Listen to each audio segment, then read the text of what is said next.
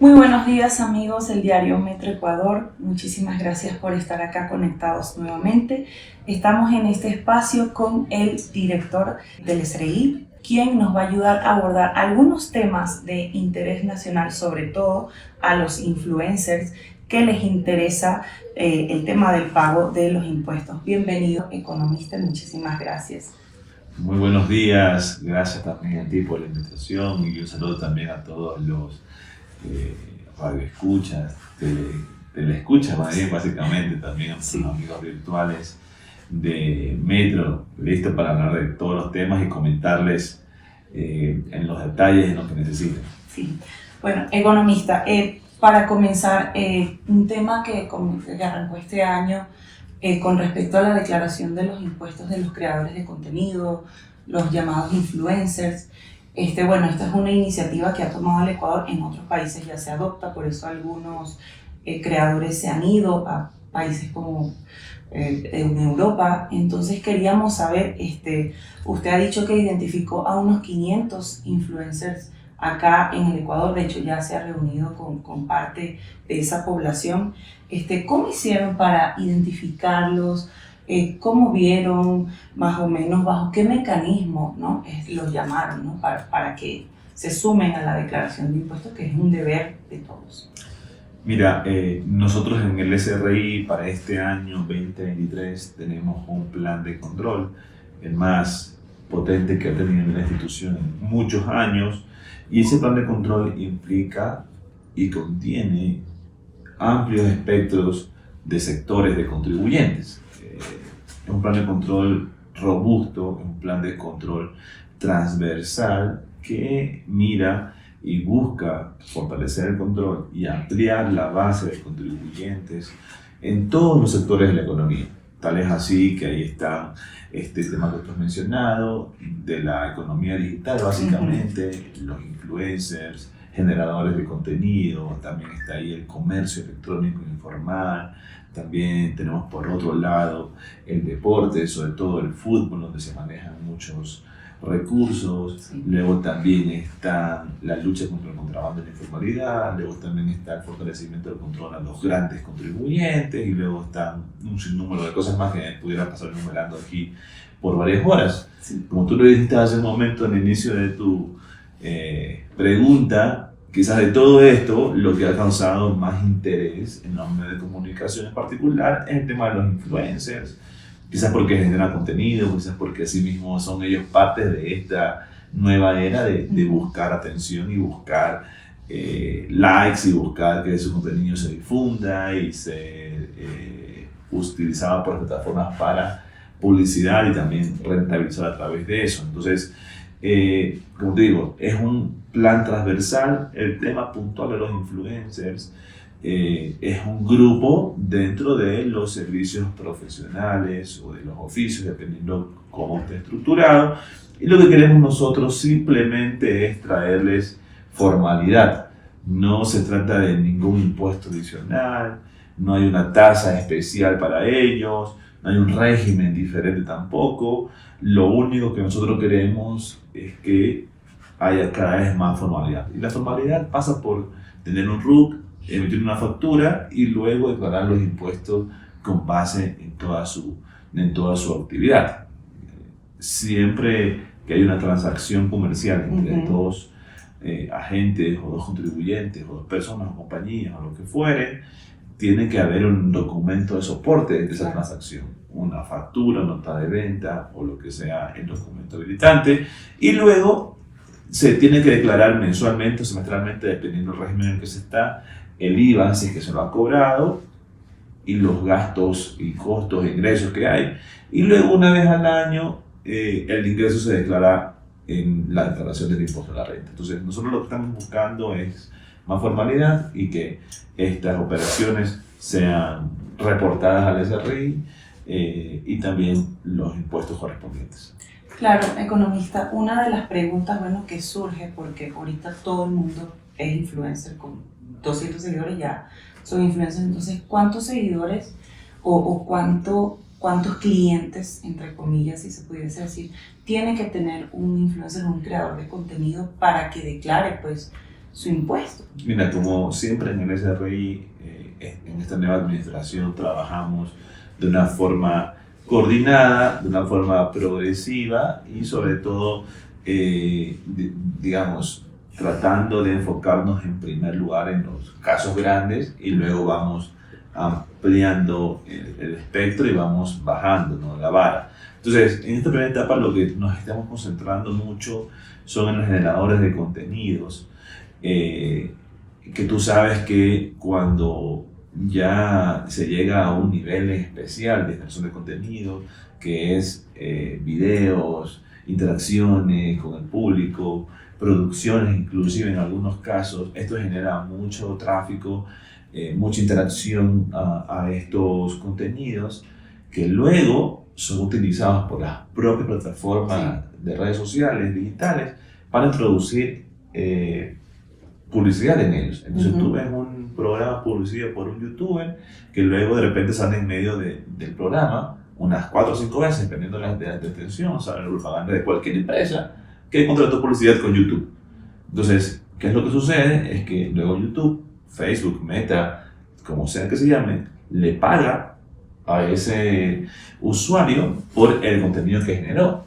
Y hay grandes sumas de dinero que muchos generadores de contenido están recibiendo por parte de estas compañías que no están siendo declaradas y que luego, como toda persona que trabaja, luego traslada su nivel de ingresos a su nivel de vida, lo traslada en algunos casos a sus cuentas bancarias, que en el país, en el Ecuador. Y la pregunta que surge en el SRI cuando observa a través de la información que reciben los bancos, tarjetas de crédito, salidas del país, propiedades, terrenos, vehículos, casas, tipos de consumo que tiene, la pregunta, la duda razonable en el SRI es cómo se sustenta ese costo, ese gasto de vida si no hay un ingreso declarado. Y eso podría generar entonces problemas al contribuyente. Puede decir el SRI, oye, tú aquí definitivamente tú estás teniendo un ingreso que no estás declarando porque si no, no pudieras costear todo esto. Entonces yo te voy a hacer una autodeterminación en la cual yo te voy a decir que yo más o menos asumo cuáles son tus ingresos, yo te pongo la tasa que aplico de impuesto alto sobre eso y tú vas a estar perjudicado porque te va a salir más caro, mucho más alto el valor. Y esto es el mejor de los casos, porque en el peor de los casos, luego, si se mueven muchas transferencias de dinero muy altas, viene la unidad de análisis económico y financiero económico, la UAFE, que te pudiera pretender, digamos, abrir una investigación por decir, oye, ¿por qué mueves tanto dinero dentro de tus cuentas sin ninguna razón aparente, sin ningún sustento de ese dinero? Pudiera sospechar un lavado de activos también. Entonces, hay muchos problemas que se pueden generar alrededor de esto y lo que nosotros creemos que es necesario entonces ayudarles a formalizar. Y en esta primera etapa lo que hemos hecho nosotros es identificarlos, acercarnos a muchos de ellos, contarles sus obligaciones, decirle, oye, más te conviene esto, sigue este camino, porque de lo contrario en el futuro tendrás problemas con ese rey porque iremos a controlar y seguramente será más costoso lo que tengas que gastar allí en asesores, en defensa, en lo que sea, en pagos, intereses, multas, recargos, un sinnúmero de cosas. Economista, aquí también surge una duda porque se estila muchísimo que los creadores de contenido, supongamos, le dan comida y a intercambio de historias. ¿Cómo se declara eso? ¿O a partir de qué se declara? Es parte también de nuestro esfuerzo de formalización, porque yo les decía a los influencers, oye, este esfuerzo que nosotros también hacemos como SRI para acercarnos a ustedes, apretar las tuercas y también apretarlos a ustedes deberían transferirlo también a sus clientes. Claro. Decirles, oye, es que yo no puedo, el SRI me quiere que le pague impuestos por esto, yo no puedo pagarle el impuesto al SRI con sándwiches, cola y plato de comida, yo necesito tener cash para poder luego declararle al SRI mis ingresos y poderle pagar el impuesto que me genera, porque si no va a tener un serio problema de que tiene que declarar al SRI las operaciones, los ingresos y luego no tener cash para el efectivo para poderlo hacerlo. Entonces, también tiene ese propósito, ¿no? de ayudar a esta actividad que cada vez más en el mundo se desarrolla, incluso ya convirtiéndose en carreras profesionales en muchos lugares, Y nosotros estar tratando también aquí en el Ecuador impulsarla. Es al final del día un servicio de marketing, de publicidad, es un servicio de generación de una producción, por muy básica o pequeña que sea, es una idea creativa. Hay muchas cosas ahí de por medio que necesitan, deben y merecen ser remuneradas como cualquier otro trabajo y no solamente a través de canjes, aunque los canjes con las empresas más grandes suelen ser también formales, ¿no? Igual te emiten una factura por el bien que te entregan y ellos también lo registran, ¿no? Y así mismo tú debías registrarlo. Entonces, pretendemos nosotros eso, ¿no? Darle más formalidad, que nos vean los influencers y los generadores de contenido más como aliados que como enemigos, como adversarios o como el que les viene a quitarles plata por los impuestos. Para eso estamos en este proceso inicial de socialización, de conversación y de contarles más a detalle cómo cumplir con sus obligaciones tributarias, que de paso van al sitio web del SRI y ahí encuentran una sección que se llama para influencers, donde van a poder leer todo lo que yo les estoy diciendo en este momento de forma más técnica, más, digamos, detallada sobre formularios, fechas, obligaciones, RUC, la actividad económica, qué sé yo, muchas cosas así ya más específicas y técnicas. Economista, usted hace un par de semanas se reunió con un grupo de influencers, algunos conocidos, otros rostros no tan conocidos. ¿Cómo tomaron esta iniciativa, ¿no?, con la que arrancamos el año? ¿Qué le dijeron? ¿Están prestos a? ¿Cuáles fueron sobre todo las inquietudes más predominantes? Todos con los que nos hemos reunido nosotros en Guayaquil y en Quito son buenos contribuyentes, es decir, que están pagando sus impuestos ya algún tiempo, declaran y ellos facturan todos sus servicios y, bueno, facturan todos los servicios en los cuales tienen un cliente que también es un buen contribuyente y recibe la factura, porque lo que nos denunciaron es que hay muchos clientes que ellos tienen, dentro de los cuales lamentablemente están incluidos GATS, es decir, gobiernos autónomos descentralizados, municipios, prefecturas, que hacen eventos, que los contratan y que luego les dicen no quiero recibir la factura. Entonces ahí nosotros ya tenemos una alerta para nosotros empezar también a hacer el control por el otro lado, en los eventos que realizan los municipios, prefecturas, entre otros tipos de gobiernos autónomos descentralizados, para ver que efectivamente ellos estén recibiendo las facturas a todos los artistas, influencers, promotores y en general las contrataciones que hagan para la organización de los eventos, ¿no? Porque no puede ser posible que los influencers quieran emitir una factura, pero luego los clientes no se la quieran recibir. Entonces, eso con amenaza de que no nos contratan entonces queremos nosotros, como te decía, ayudar a formalizar. Estos son unos buenos contribuyentes que nos hemos reunido. Las dudas están alrededor de siempre hay complejidades para el pago de los impuestos. Más bien, solo estamos preparando materiales para ayudarlos de forma didáctica al cumplimiento de sus obligaciones. Claro, economista, según la empresa española Influencity, más de 173.000 influencers tiene el Ecuador, o sea, 0,9%, corrígeme si estoy mal, son creadores de contenido. Acá, ¿cómo van a hacer para, cuánto prevén recaudar, ¿no? Esa sería la pregunta más concreta.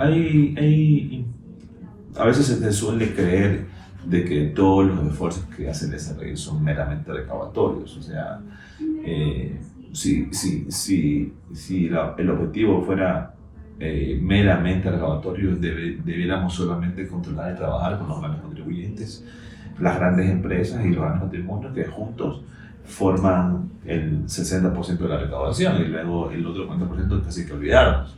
Entonces no es un tema meramente recaudatorio lo que nosotros buscamos a través de estos esfuerzos que hemos hecho con diferentes grupos en el fútbol, en los influencers, los negocios de pronóstico deportivos, entre otros. Lo que buscamos nosotros también dentro de esto y principalmente es ir ampliando la base de contribuyentes. Lo que buscamos es ampliar o fomentar la cultura tributaria, bien o mal, gracias al tema de que hemos estado nosotros haciendo acciones con los influencers, por ejemplo. Se habla mucho, el SRI y el cumplimiento de impuestos ha estado mucho en los medios en las últimas semanas, lo cual también es positivo. Entonces, son diferentes objetivos. Si tú me preguntas cuánto esperan recaudar, pues bien, de 100.000 personas recaudaron el impuesto al año, seguramente no es que va a marcar un antes y un después en la recaudación, más bien lo que nosotros buscamos es ir impulsando la cultura tributaria, ir impulsando el cumplimiento voluntario de los impuestos entre todos los contribuyentes. Claro, porque caso contrario, como usted bien lo decía, van a haber procesos investigativos en el ámbito de sus cuentas y todo este tipo de cosas, ¿no? Usted también hablaba de las PCR tributarios, que son planes de control rápido a estos creadores de contenido. No sé si ya se comenzaron a ejecutar o si no, ¿cuándo prevén aplicarlos y cómo les ha ido? Bueno, los PCR tributarios los inauguramos el año pasado, en el año 2022, dentro de esta, digamos, coyuntura de la pandemia. Sí. Los PCR, como saben, todo el mundo son hisopados, son Sí. exámenes que se le hacen para determinar si tienen o no tienen. Nosotros hicimos los PCR tributarios, los planes de control rápidos tributarios, que también son una especie de hisopado, pero no nasal, sino un hisopado tributario para ver si un contribuyente paga o no paga sus impuestos. Y están orientados a lograr resultados rápidos, contundentes en el cobro de impuestos a casos muy evidentes de inconsistencia entre su costo de su gasto de vida con el nivel de ingresos reportados, inconsistencia entre sus patrimonios y propiedades y el nivel de ingresos reportados.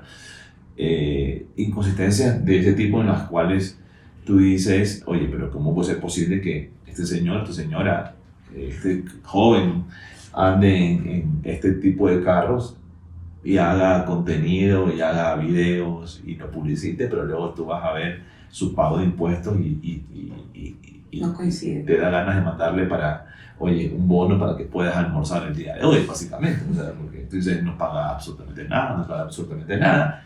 Hicimos los PCR tributarios el año pasado, la verdad es que nos fue bastante bien, vimos una respuesta muy favorable de los contribuyentes, llamamos políticos, llamamos futbolistas, llamamos empresarios, llamamos ciudadanos, digamos, no tan públicos, pero en general, diferentes perfiles en el cual el PCR consiste en, con información que el SRI tiene, lo convoca a una audiencia a la oficina de la dirección del SRI y le dice, yo tengo esto, ¿qué quieres hacer? ¿Quieres justificarme? Te escucho, y si no tienes justificación, ¿qué quieres hacer? ¿Que yo me hice el control o tú quieres pagar? Básicamente esa es la conversación. Claro. Y algunos que te dicen, no, yo tengo justificado, aquí está, mira, tengo todo en regla, ok, perfecto, eso se ve, gracias, siga su vida. Y en los otros, la mayoría dijo, ¿sabes? Déjame revisarlo, dale un par de semanas y voy a hacer una corrección en mi declaración. Y eso nosotros hemos obtenido grandes resultados. Y ahora este año, tan buenos fueron los resultados, que eso lo creamos nosotros el año pasado, cuando nosotros llegamos en la nueva administración, que ya este año lo decidimos incluirlo dentro del plan de control anual del SRI y este año vamos a hacer 4 PCR, uno por trimestre, con el objetivo asimismo de enfocado en estos patrimonios grandes, figuras públicas de todo ámbito, del ámbito de comunicación, del ámbito deportivo, del ámbito político, alcaldes, asambleístas, políticos en general, porque tiene que haber una consistencia inclusive entre el servicio público y también el cumplimiento Claro. con las obligaciones tributarias. Claro, para cerrar ya este tema de los influencers y no agotarlo, economista, bueno, vemos que su gestión se basa más en la negociación que en el autoritarismo, en el control, ¿no? Por lo que nos puede decir.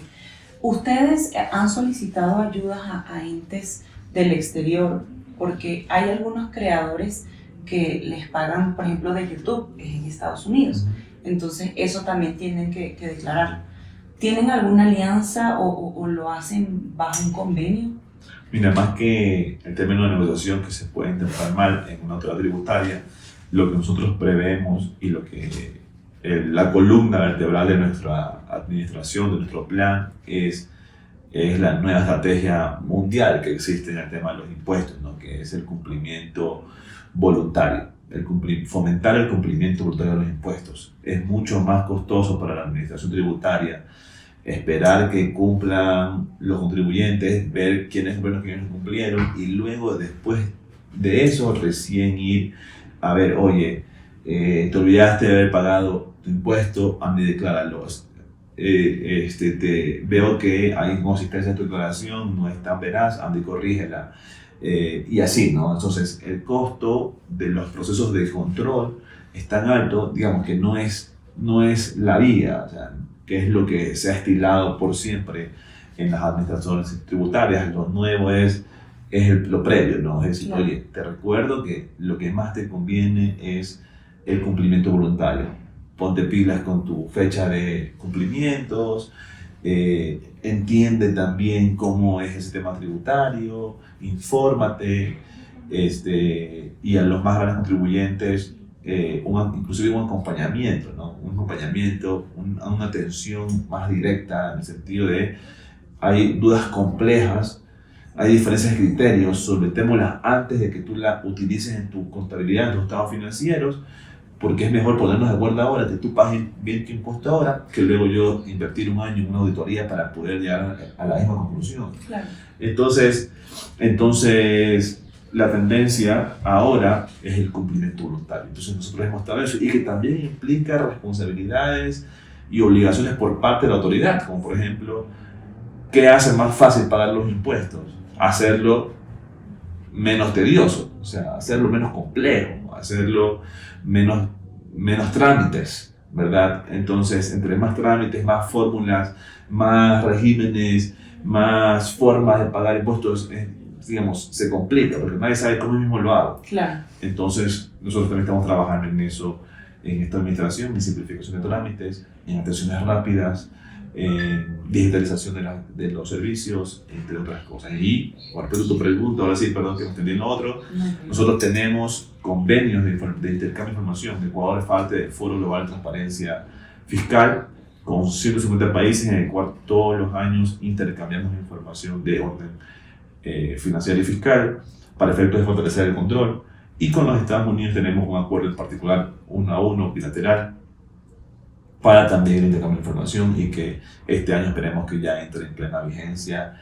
Y como tú dices, no solamente recibir la información de lo que está depositado en las cuentas locales, sino también lo que se cobra en las cuentas fuera del país. Aquí tenemos una pregunta puntual que surgió pues hace menos de una semana. Vivimos un fuerte sismo, un terremoto que cobró vidas, familias damnificadas, y bueno, los anuncios del domingo en la noche del presidente Lasso fue el bono y el estado de excepción, y entre ellos que no va a haber un alza de los impuestos. Bueno, lamentando los hechos que ocurrieron el fin de semana, el sábado, en la zona sur y el otro del país, creo yo que las decisiones que tomó el presidente Guillermo Lasso son las acertadas, son las correctas, y creo que mientras existan los recursos fiscales disponibles para poder atender estas emergencias, no es necesario pensar en ninguna medida especial de aumento de impuestos, de recaudación de impuestos para financiar este tipo de emergencias. Claro, perfecto, economista. Sobre la facturación electrónica, bueno, no sé si ya se está haciendo el control para este cumplimiento, porque se supone que desde noviembre ya se debía aplicar. Yo particularmente sí he visto que nos las envían por correo, y no sé si se está socializando con establecimientos y con la ciudadanía en general. Bueno, varios temas ahí, ¿no? En primer lugar, se cumplió el plazo que la ley establecía, que era el 30 de noviembre de 2022, como el plazo definitivo para la facturación electrónica. Desde esa fecha, el SRI ya no está dando autorizaciones para la emisión de nuevos lotes de facturas físicas, no hay autorizaciones para eso, solamente para los casos excepcionales. Es decir, lo único que tú puedes, si vas al SRI y pides un blog de factura física, el SRI te va a decir ok, pero solo te doy el equivalente al 2% de lo que vendiste el año pasado y te lo doy por si acaso tengas una emergencia, si te fue el internet, se fue la luz, estás en una zona remota del país y no tienes cómo mandar la factura, ese tipo de cosas, ¿no? Solo temas de emergencia y que tengas que atender unas pocas facturas, pero en general ya no existe. ¿Qué también está pasando? Es que todas las facturas físicas que tenían autorización y fecha de caducidad durante este año 2023 son válidas y se pueden recibir y emitir hasta su caducidad o hasta agotar stock. Con lo cual va a pasar que hasta el 30 de noviembre de este año ya será la desaparición prácticamente de la última factura física que fue habilitada o autorizada en noviembre del año pasado y a partir de ello ya prácticamente dejará de existir la factura física en el Ecuador. A pesar de ello, al día de hoy tenemos el 98% de todo lo que se factura en el país, que entre enero y febrero fueron 32.000 millones de dólares, el 98% de eso ya se hizo en factura electrónica, así que digamos prácticamente está plenamente implementada y adoptada la facturación electrónica, así que eso va muy bien. Y eso lo que nos va a ayudar en este año es eliminar algunos trámites y anexos que el CRI solicita también a los contribuyentes.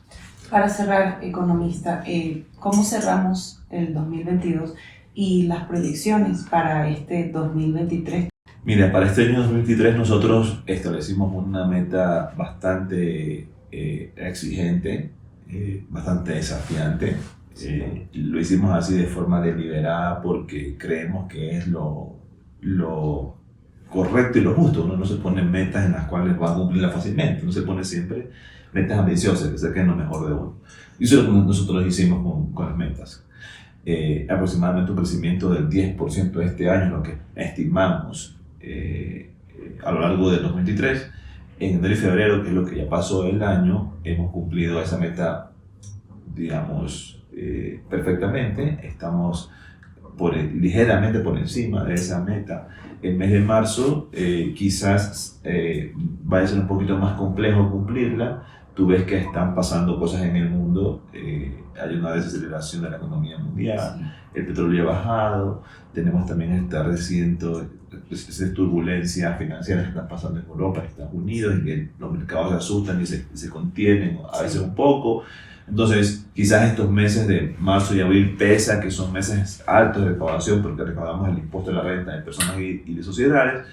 Quizás estamos viéndolo con cautela para que quizás vamos a estar en el tope del cumplimiento, pero aún así haciendo todos los esfuerzos para lograr los 18.000 millones que tenemos previstos de recaudar este año y así mismo poder seguir también en los planes de devolución de impuestos.